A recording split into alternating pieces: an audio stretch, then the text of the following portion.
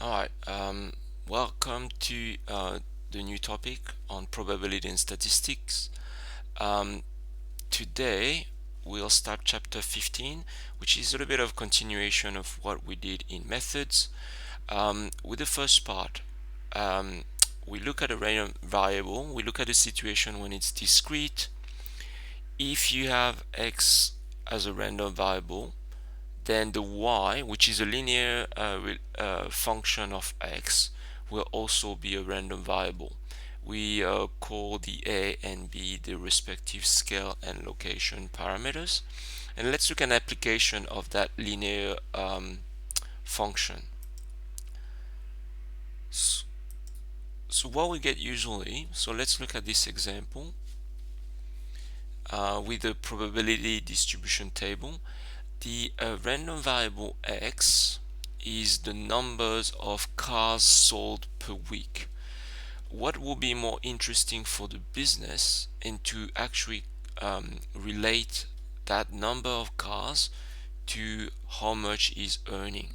The earning is a linear relationship, so it's a fixed fee or pay and a commission based on the number of vehicles sold. So here you have your B um, parameter, and here is your A parameter. Therefore, there's a few questions you can answer. You need to, the first one is what I just mentioned, so you express S as a linear function. You then modified or extend that probability distribution table with um, the extra information related to S, and then we can answer the last question. Okay, so the linear expression, as I mentioned before, the commission as a coefficient of the number of cars, and the fixed fee or your the second parameter. Then matching the probability to x, we just recalculate S accordingly. So that's for 0, 1, 2, 3, 4 cars. And then from that table, find the probability when S is greater than 2000. So 2000 is around here. You look at the respective probabilities, you do the sum, and you get your final answer. Alright, jumping ahead with a continuous random variable which we haven't covered yet. In methods, in a nutshell, it will be a function defined over a domain. Generally, the domain will be R. It tends to be a hybrid function, but anyway, the function to be a probability density function needs to fit the two conditions. The first one, it is always positive, and when you anti-differentiate the function, or if you look at the function on the curve, that area under the curve needs to be equal to 1 or 100% in terms of probability.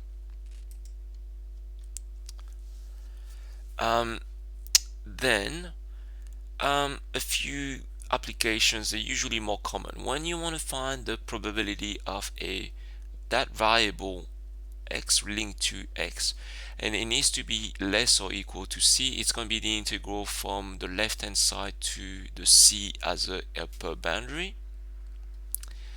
And then we're going to link that to when you have a linear function of x, so a y variable, when we want to find that probability of y that is less than y, is the probability of, we do a little bit of manipulation, and when we make x the subject, it's going to be that y boundary minus b divided by a. So we bring it back to an integral when we modify the upper boundary as a rearrangement of the linear expression.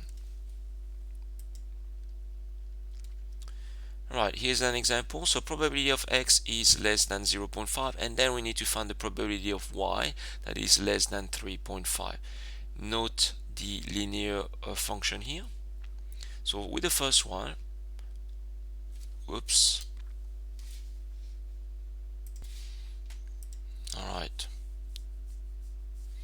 So with the first probability, you anti-differentiate up to 0.5.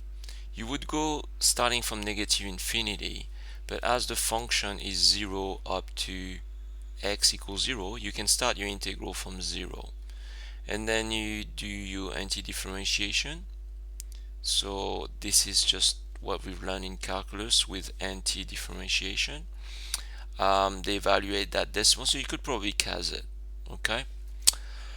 With the next one, again, what's going to change is your upper boundary. You take the 3.5, you minus the parameter, the second parameter, and you divide by the scale parameter. Okay, so your upper boundary is now 0.25. You evaluate and you get a that probability in terms of y. Okay, moving on to we're going to look at the expected value in the variance, and we're going to apply that to linear function and functions, plural.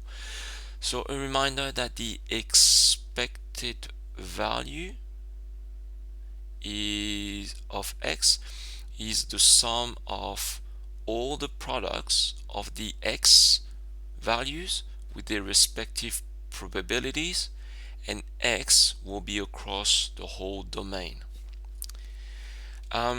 When you have a linear function, very easily you can determine the new expected value by applying the linear function to the original expected value, so that shouldn't be anything new.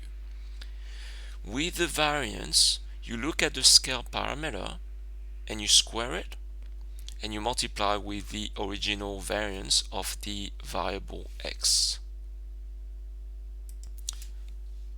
Okay, with that example, so direct application, your expected value or mu is 10, variance, which is your standard deviation squared, so that's the notation, sigma squared equals 2. You need to find the expected value of 2x plus 1, so it's going to be 2 times the expected value plus 1. With the variance of this, make sure you rearrange it to make the scale parameter differentiate from the location parameter, so that's -3 that you square and you end up with a new variance. Notice with the variance, remember the variance, because it's a standard deviation square, is always positive, so this formula is always positive as well because you multiply by a squared, which is also positive. Okay, with independent events, so remember with independent events you multiply the respective probability to find the probability of both events happening. So in the situation when you have two events, for example, that adds up to 2, the only way you can have a sum of 2 is if each one of them is 1. In that situation, for example, then you will do the product of the respective probabilities, plural. Okay. Alright, let's look at, why can't I move on? Yes, with this example. So here the probability of those independent events is, it needs to be equal to 4. List all the possible outcomes, so 1, 3, 2, 2, 3, 1, which you list down here as a sum. Then you apply the independent event rule, you do the product, you do that respectively, and you get the answer. Okay, now let's look at a combination of two random variables. Okay, and again, what we need to find out as a distribution, what we're interested in is the expected value and the variance. So you have your event. The first one is you roll one die, and x2 is the second die. With the expected value of, you want to find the expected value of the sum and the expected value, the variance of the sum. So with the sum of two die, it will go from 2 to 12. Probably you can record that either in a two-way table, and here we have the respective probabilities. Okay, to find the expected value, you do the respective products, you add them all together, and that gives you an answer of 7. Just as I reminded also, the same in methods, make sure your expected value, which is the mean, has to be within the domain of the x values. It can't be higher or lower, otherwise it's probably you made a mistake, wrong brackets, or division. With the variance, just hold on. Okay, with the variance, so we go back to the original formula, which is the expected value of the variable squared minus the square of the expected value, or the mean. Okay, mu, which is mu, that's right. Okay, so we know the mu value, which is 7. We need to find the expected value of x squared. So again, we multiply the probability with the respective, this time with x squared. So we could add a row in the previous one, or just square as you go, and we end up with that nice fractional result. We minus the mu squared, we simplify, and we get the variance.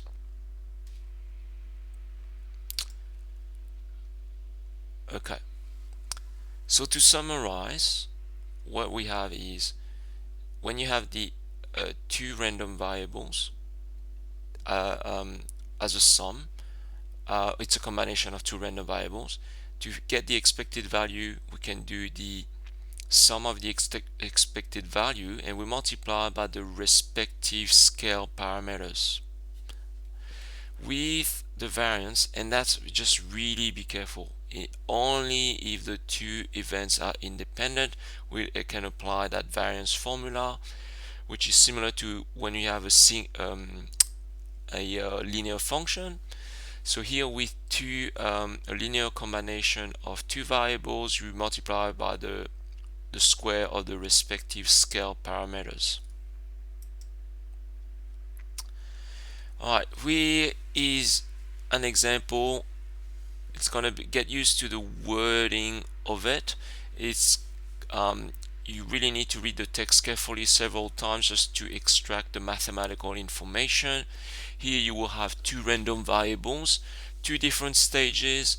They actually label for you. Again, it's a work example to simplify for you. So you have your x and your y, your respective mu and standard deviation, and you probably will have to recreate the linear combination to determine the mean and the standard deviation of what they call the total processing time. Now, because it's a time, x and y are duration, the linear combination is just the sum of the two.